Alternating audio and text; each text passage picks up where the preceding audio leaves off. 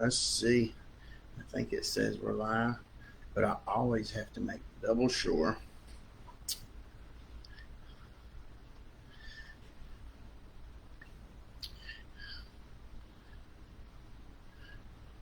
All right.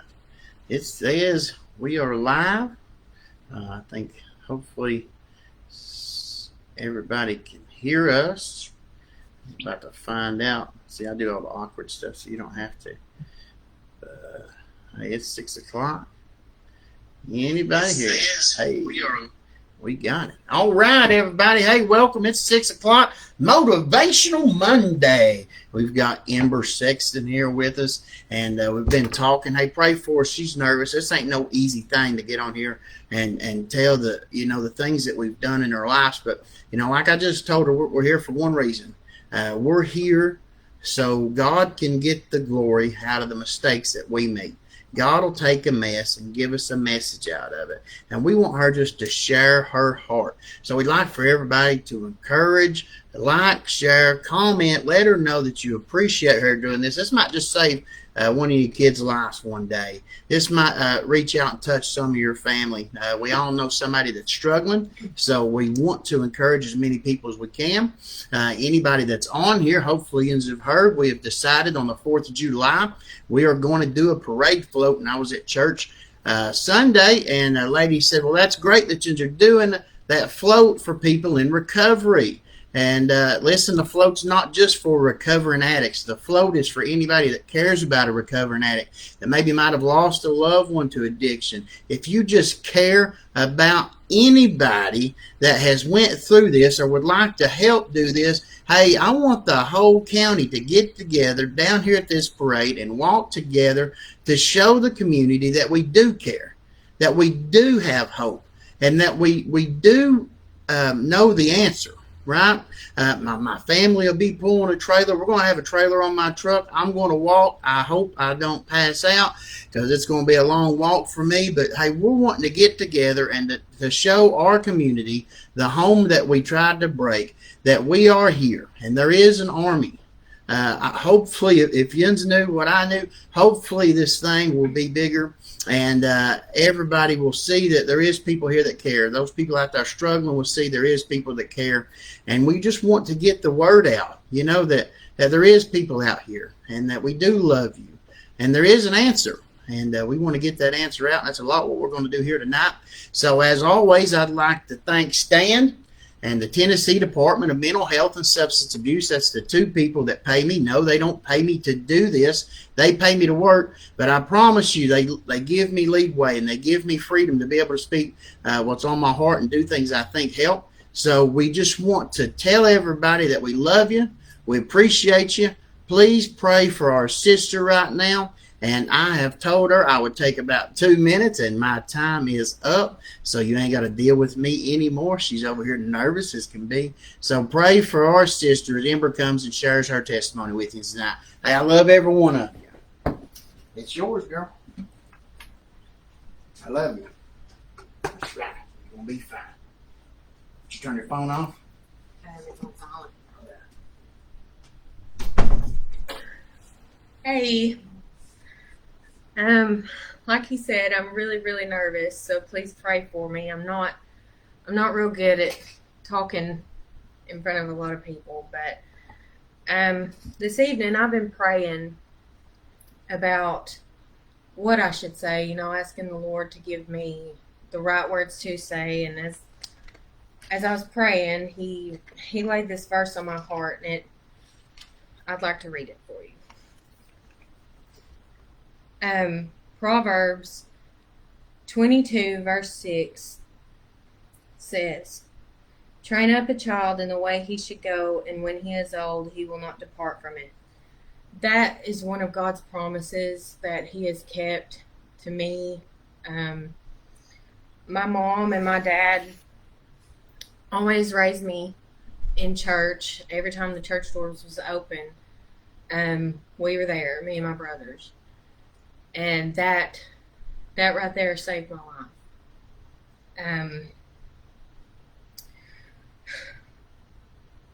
I guess it started when I was a teenager. I was in the youth group at my church. I've been in the youth group there pretty much all my life. And I was about 16. I started going out and trying to party, and I would always tell people, I'll drink, but I would never touch drugs. I didn't want to smoke pot. I didn't want to do none of that. I just thought it was innocent that everybody was doing it, so I thought I would. And well, it went from that to, I was at a friend's house and they had weed. And I know a lot of people have different opinions about it, but for me, that was the beginning. And so I smoked a little bit of weed, and it pretty much went from there. From there, after I started smoking weed, I was around new people. I would still go to church after going out and doing things that my mom and dad had no idea I was doing. And I would go to church and still get up there and do what I did for the youth. And then it got to where I was about 20. I'm 23. I was about 20 when I started messing with pain pills. And by that time, I was completely out of church. I was doing pain pills all the time. I was completely addicted to them. And that goes back to when I was younger, I would say I would never do this, and then I'd do it. And then I would never smoke pot, and then I did it, and then I'd never do a pill, and then it escalated. And I really think, the devil doesn't come at you as something terrible. He comes at you as something you think is great, you think is fun, and you have no idea in the end that it'll destroy you. And, well, I was on pills for a while, and then I got introduced to meth. And I would just do it every now and then. I was at a party when I'd first seen it, and I just did it every now and then. And at first, I was in a really hard place. I wasn't in church anymore, and it made me feel good. It made me feel like I was productive, and I was beautiful. It was fun. I saw nothing wrong with it. And I thought that as long as I didn't keep it around my kids, then I wasn't doing any wrong. And it went from that snorting meth every now and then to a family member of mine was over at my house, and she had done it a different way. And she shot it. And I'm the type of person, if I think something controls me, I do everything I can to prove it wrong. I do everything I can to show people that I had that rebellious spirit in me, that nobody told me what to do. Nobody could control me. I was fine. So I tried it. And from that point on, it completely took everything from me. I remember I lost my apartment that I had lived in with my kids. By this point, it was a terrible place to live. It was dirty. I didn't care about anything, and as hard as it is for me to admit, I didn't care about them at this point. And it went from me losing my apartment to I was in a very abusive relationship, and we got a trailer, and I'd already overdosed twice by this point. And we lived in that trailer, And I remember I thought that I was a good mother just because my kids were fed. Um, there was many nights that my kids would go to bed me mad, and I'm sure they were wondering, why I didn't want to play, why I didn't want to read to them or lay down with them when they went to bed at night, and why I was just always all over the place. And from that, I went to jail soon after we had moved into that trailer. And by this point, I'd already been to rehab. I went to rehab in Alabama. It was a really good place, but I was not ready to quit, so I came home 6 days later. And I had the mindset though that I was going to tell everybody, I'm done with it, and I had it in my mind that I was going to be more careful with it, that I wasn't going to let it get as bad as it did before I went. And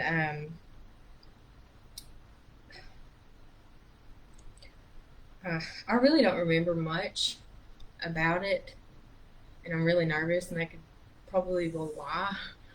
But I do remember one specific day I was getting high in my bathroom, and it had been a really really bad day, and I was sitting in the floor in my bathroom, getting ready to shoot dope, and I looked up and I was just crying, and I told God, see, nothing made me different than anybody else that was doing drugs, but the fact that I knew the difference. I knew what I was supposed to do, and I knew what I was doing was wrong. And I would sit and I would think about the youth group that I was in, and I would feel really ridiculous. But if I was by myself, I'd sit and it would come to my mind, no matter how high I was. It would come to my mind the sign languages. I'd sit and try to do it, even though I looked like crazy trying to. But I would remember it and I would miss it so much, and I just thought that I was too far gone to ever go back. I was to the point where people would tell me, Ember, you're going to die. Um, and I didn't care. I didn't care at all. I knew what I had become, and I thought that there was no getting up from that. I didn't care what happened to me. Well, I was in the bathroom and I was crying, and I was telling the Lord, I was begging him to please do something. Please break me. Please get me out of the situation that I was in. And that I didn't care what it took. And I continued to get high, and there was a bunch of stuff that went down that night. So I ended up going to stay with a friend of mine at her trailer with my kids. And when I was there, she told me, she said, I don't care if you stay here, but you cannot bring drugs in my house. Well, I didn't care. I didn't respect nobody. I didn't care what she said. And that day, I couldn't get a hold of the guy that I had been getting dope off of. And I was going crazy. I was starting to feel good. And so I was doing everything I could, and I found somebody that said that they would sell to me, and I went to their house, and I came home, and I had my kids with me the whole time. I came home, and as soon as I stepped into the trailer, I went straight to the bedroom. I don't remember how my kids even got to sleep that night. And I went back to the bedroom, and I was shooting dope all night long. And that morning, I went to get up. The kids were outside playing, and I done another shot of dope. That was the last little bit of it, and I went to the living room, and all of a sudden, I was I was feeling really weird, and I was paralyzed. I dropped to the floor, and the only way I can explain it is my stomach was jerking and jumping all over the place. I couldn't move. My phone was beside me. I looked outside, and my kids were playing near a big pond, and I could not move. So I was sitting there thinking, they're gonna fall in, and I'm gonna have to sit here and watch them and can't do nothing about it. And I was yelling and screaming for one of the neighbors to hear me. My nose started to bleed, I guess, from where my blood pressure was so high, but I managed to get a hold of 911, and I had a friend that was coming by to get my kids for me. And as they were putting me in the ambulance, all I could hear was them saying, calling Lifestar. They were talking about calling Lifestar, and I remember thinking, am I that bad? I'm going to die right here, and my kids are right outside the ambulance. And they took me to the hospital, and ended up that they didn't have to call in Lifestar, but this was my third overdose, and they had told me that I'd got a shot of wasp spray, and I was messed up in the hospital bed when I woke up, and I don't really remember much, but I remember that I was by myself. My mom and my dad did not know what had happened, or they would have been there, but I told my friend not to tell anybody what had happened before they took me in the ambulance. And I was by myself. The people that I had slept in cars with, that I had thought that was my best friends, that I had robbed people with, that I had, spent nights in the woods with, was not with me. And that really, you wake up in a hospital bed and you're by yourself, and you think that all these people are close to you, and you realize they're not. It's hard to realize. And they ended up letting me go. My friend had my kids at this time, and I got a ride to a buddy's house, and they didn't do drugs. They did not do dope that I knew of or anything like that. And when I was there, I went straight to sleep, and I got woke up the next morning. My friend was like, well, I got a surprise for you. I thought it was food. I was malnourished at this point. I was 120 pounds and looked like death walking. And I thought it was something to eat. And it was a bag of dope and a needle. So there I went again. At this time, my mom and my dad had my kids, and had told me that I wasn't to see them anymore. And they was calling my probation officer and trying any way in the world to get me violated so I could get some help, or be in jail anywhere so they could sleep at night. I didn't realize till after, but I really didn't realize what my parents were going through at the time. I didn't care. Even if I would have realized it, I didn't care at the time. But I didn't realize that they would go to sleep every night wondering if they would get a call saying that I was dead, that I didn't wake up from something. And my dad, I found out after, would go into the logwoods in the morning to work, and he would throw up. His nerves were so tore up, and that they were so desperate to get me help because I can't imagine. I can't imagine what they was going through at the time. But they were trying to get me violated, and they did. My probation officer called me, and she was like, "Can you be here in the next hour to take a drug test?" And I wasn't going, so that that violated me, and I was on the run.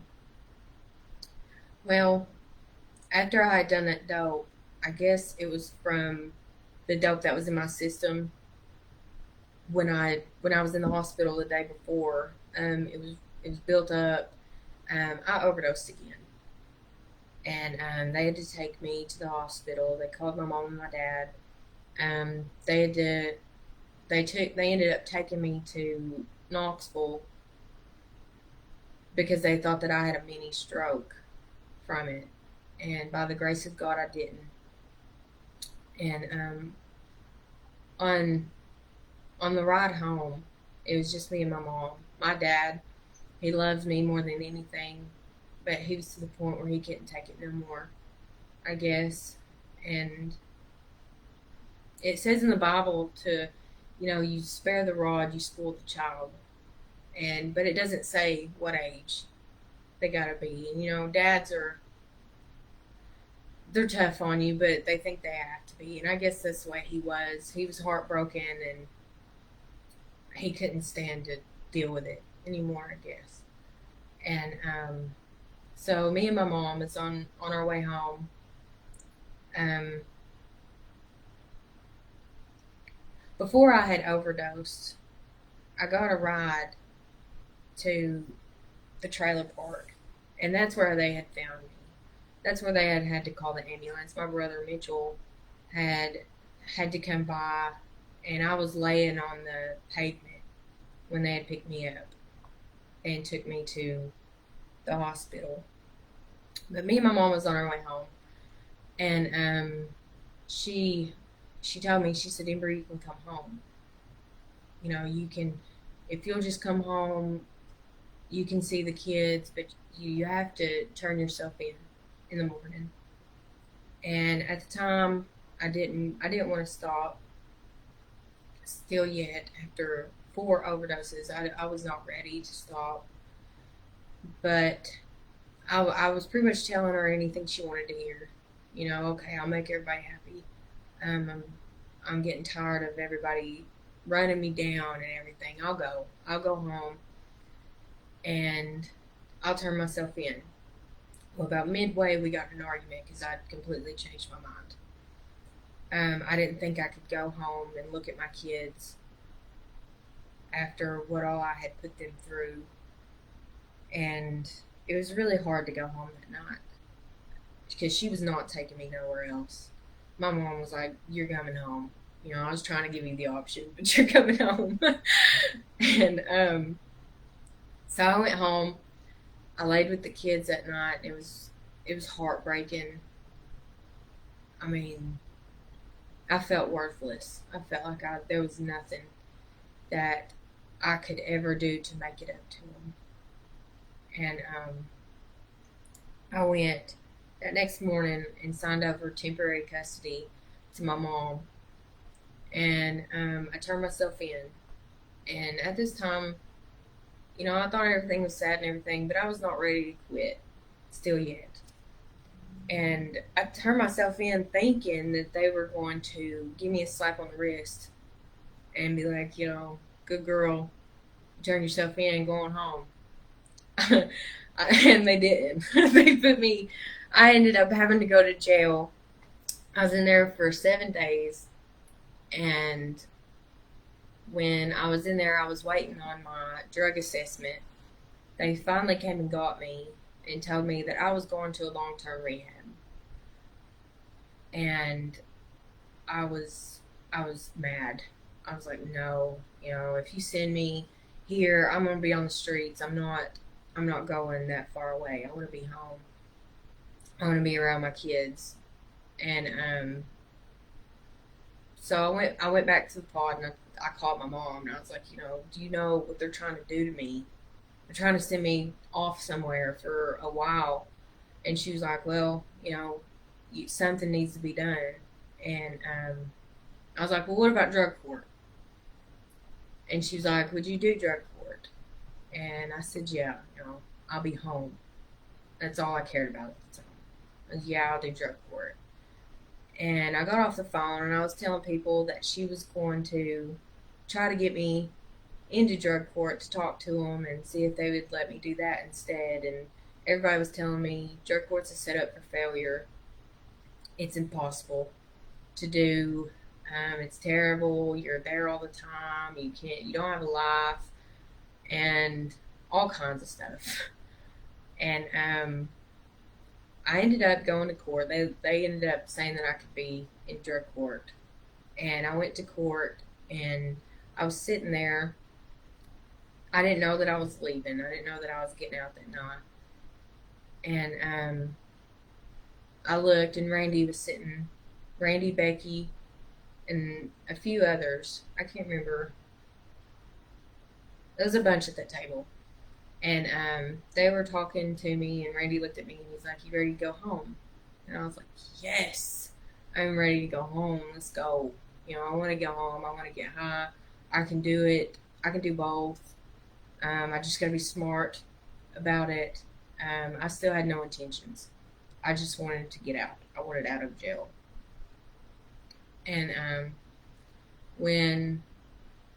while I was sitting there thinking that, I was getting anxious. I was wanting everybody to just hush. I wanted to go home. Judge Cotton had called up a woman that was there to come up and read a poem.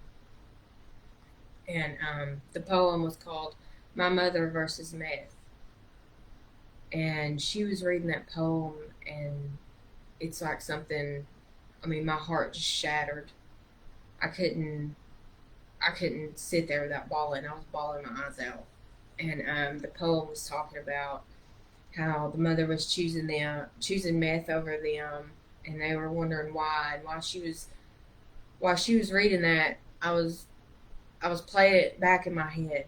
It was like a movie almost, of the times that I could remember that my kids needed me and I wasn't there. That they wanted me to go do this. They wanted me to take them places. And I would yell at them and tell them to go to bed, that I couldn't bother with it right now. And I was my heart was broken. And I thought to myself, well, okay, everybody's told me that this is a setup for failure. That I'm not going to make it through drug court. I'll try, though. I'll try my best. I can't do this no more. I can't do this to them, because my parents raised me in church. They made sure I was there. They made sure I knew God. And all I could think about was, what if I don't? What if I don't let them know about the Lord and raise them up in church and get them close to them? It would be my fault. I felt like they wouldn't be, what if they wasn't as lucky as me and it took their life? And that would be unbearable. So that's what I was thinking about, and I decided that I would do it. And I got out that day. I was in drug court for a year, and drug court was a blessing to me. And people that say that it's a setup for failure, it's only a setup for failure if you don't want to get clean. It was a blessing. It helped me through so much. Even in the beginning, I was still rowdy and wanted to go out and do this. I was still trying to pick fights with people, and the people there really helped me through a lot. And it was just such a blessing. And I believe that God works through people for others, and I believe that He worked through the staff at drug court for me. And I've been clean 2 years. I was clean 2 years, June 6th, and my life has been nothing but everything I never thought I would have. And I don't even feel like I know who that woman is anymore. And that is the most amazing feeling in the world, to be able to sit here and to say that, I'm free. That Jesus Christ set me free from something that the devil had set out to destroy me. And that is the best feeling in the world. There's no high compared to it. I feel like the devil had put that stumbling block out there for me to destroy me. And I think it's cool that all he did was give me a testimony, and he gave me a testimony to be able to put it out there that God can take somebody like that and turn their entire life around. And I want to thank Drug Court and everybody that has helped me and been so encouraging to me. And I want to say to everybody that it's important to encourage people that are trying to get out of that lifestyle, because there is nothing worse than trying to get out of it and being discouraged. We need to be uplifting and be a light to others. And I want to thank you all for listening to me. I'm sorry, I've been so nervous and jumped around. And Randy, I want to give it back to him now. I appreciate all of you, and there's somebody out there that cares for you. I didn't think anybody cared for me. I knew my mom and dad did, but I thought that I was better off dead, the mistakes that I had made. And the Lord can turn it all around for you and make you a completely new person. The past is not who I am anymore. The past is not who you are anymore. It's dead. The Lord don't even think about it. So I'm going to give it back over to Randy. I appreciate y'all, and I love you. And I'm just going to give it back to you. Yeah, buddy.